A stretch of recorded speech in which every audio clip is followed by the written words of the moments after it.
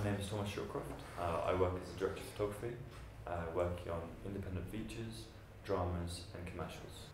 Our research question is, why is it so hard for someone over the age of 25 to get into the film industry compared to someone who's younger? My experiences from working in the film industry for the last 5 or 6 years, a lot of people start when they're much younger, working from 19 to 20, getting their first little gig, working as a runner, maybe on a live show or something like that, and they develop and grow a load of contacts at that point. Say for example, if you're 25, maybe you had a change of job or change of heart, and you go to a producer saying, hey, I'm looking to work in the film industry, and the producer will look at your credentials and go, hey, you haven't worked in the film industry, like, I can't take a risk on somebody that hasn't got any experience.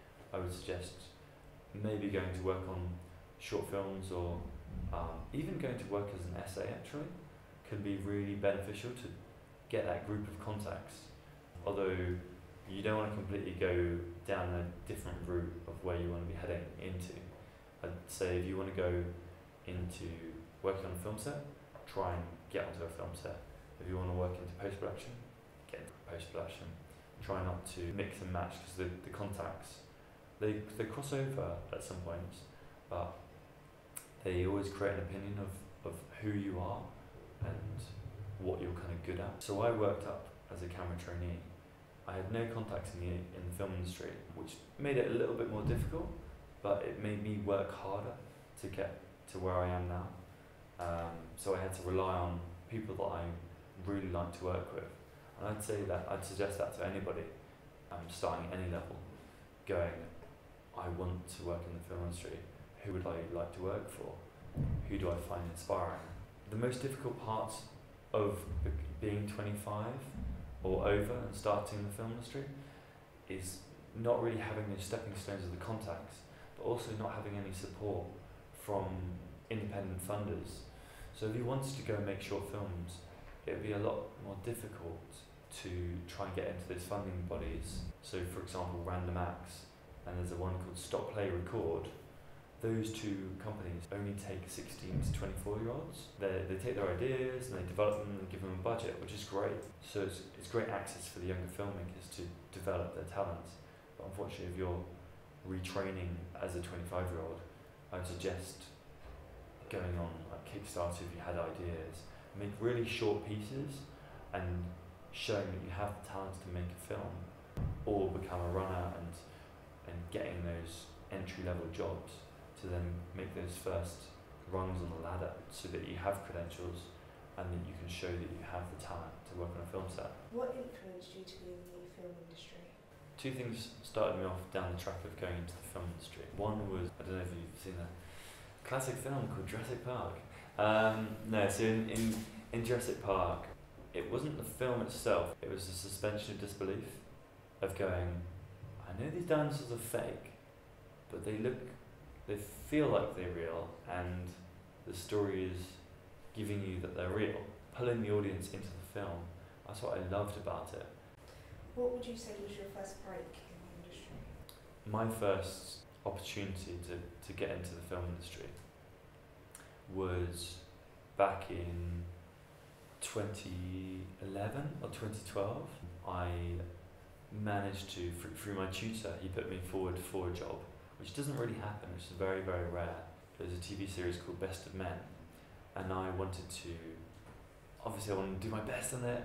So a guy called Martin Payne and Matt Gray, who they did Broadchurch and other such programs afterwards, they gave me my first job. I worked as a camera trainee up in Bristol for 5 weeks on this kind of one-off TV drama film, which was really great, a really great experience for me to understand how things work. Always good when you're leaving university to double bank. If you know you have one job, try and book up another one like 3 or 4 weeks later on as well, because then you'll feel like you're just making those steps forwards. So I also worked on the Olympics as well, down in Weymouth, which was completely different from drama, which was live, but the amount of gear that they had on the job, they had 50 cameras running, so it was just amazing. It's bigger than a feature film. They had more people, this thing was running around the clock. To be part of that environment was amazing. I used those contacts and the skills that I learned to make decisions later on in life as well. At your age, is there a big opening for DPs, or do you struggle to find?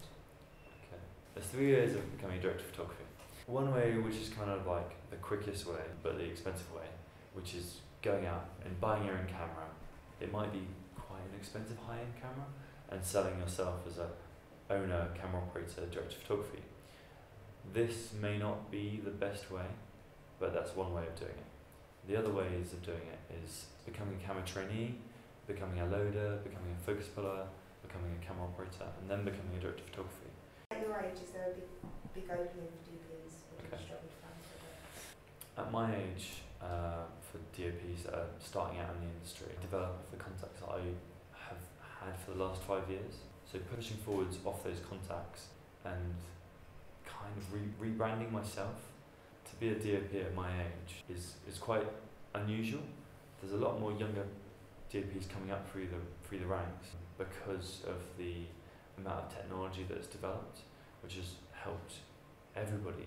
Anybody can grab a camera, a DSLR or any kind of camera and go, right, we're going to spend a weekend shooting film. That film, doesn't matter how much money it had, that could go and win at a big festival because of its idea, because the type of camera that you're shooting on is starting to fall away.